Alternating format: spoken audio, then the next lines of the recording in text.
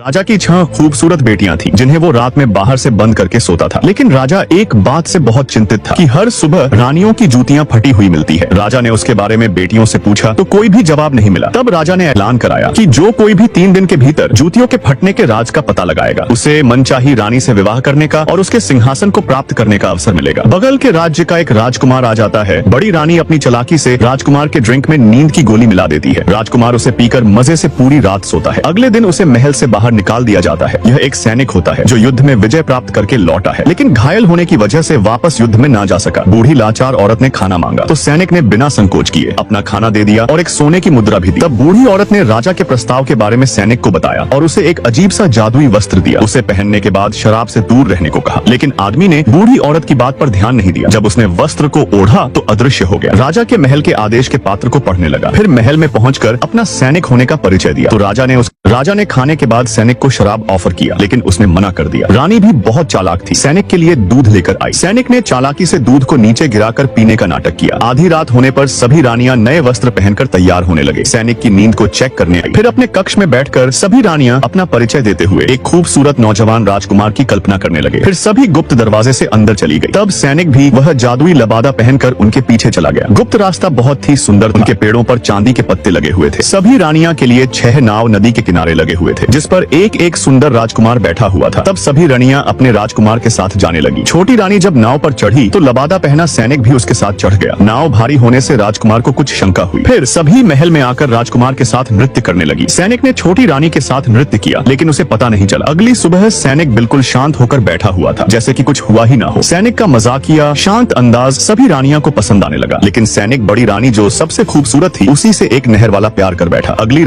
रोज जैसे इस रात भी रानियां गुप्त रास्ते से उसी महल में जाकर नृत्य करने लगते हैं। अदृश्य सैनिक को शराब की इच्छा होती है। शराब के बर्तन उठाने पर बड़ी रानी के नाक पर लग जाती है, जिससे सभी रानियां इकट्ठी हो जाती हैं। अब सैनिक भी थोड़ा भयभीत हो जाता है। अचानक उसे छींक आ जाती है। तब रानियों को किसी के होने का अनुभव हो जाता है, तो सभी रानियां जल्दी से बाहर चली आती है। अगले दिन सुबह सैनिक रानियां के रहस्य के बारे में राजा को बता देता है, जिसे सुनकर रानियां चौंक गई। सबूत के तौर पर चांदी की डाल और चांदी वाले शराब के बर्तन को दिखाया। तब रानियों ने बिना कुछ कहे अपनी सच्चाई को स्वीकार कर लिया। सैनिक ने राजा को बहुत विनम्र होकर समझाया कि रानियां बड़ी हो चुकी है, उनको थोड़ी आजादी मिलनी चाहिए। आपका ज्यादा उनके प्रति चिंता और पाबंदी उनके जीवन के लिए अच्छा नहीं है। तब राजा भी सैनिक की बातों पर विचार करके कहता है, रानियां सच में बड़ी हो गई है, इसीलिए मेरी उनके लिए ज्यादा देखभाल और पाबंदी सही नहीं है। अब रानियां स्वतंत्र हैं, जिसे सुनकर सभी रानियां खुशी से अपने राजा पिता के गले लग जाती हैं। सैनिक बाप और बेटियों के बीच के प्यार को बढ़ा दिया होता है। वादे के मुताबिक सैनिक को अपनी मनचाही रानी मिल जाती है। राजा दोनों की बहुत धूमधाम से विवाह करा देता है।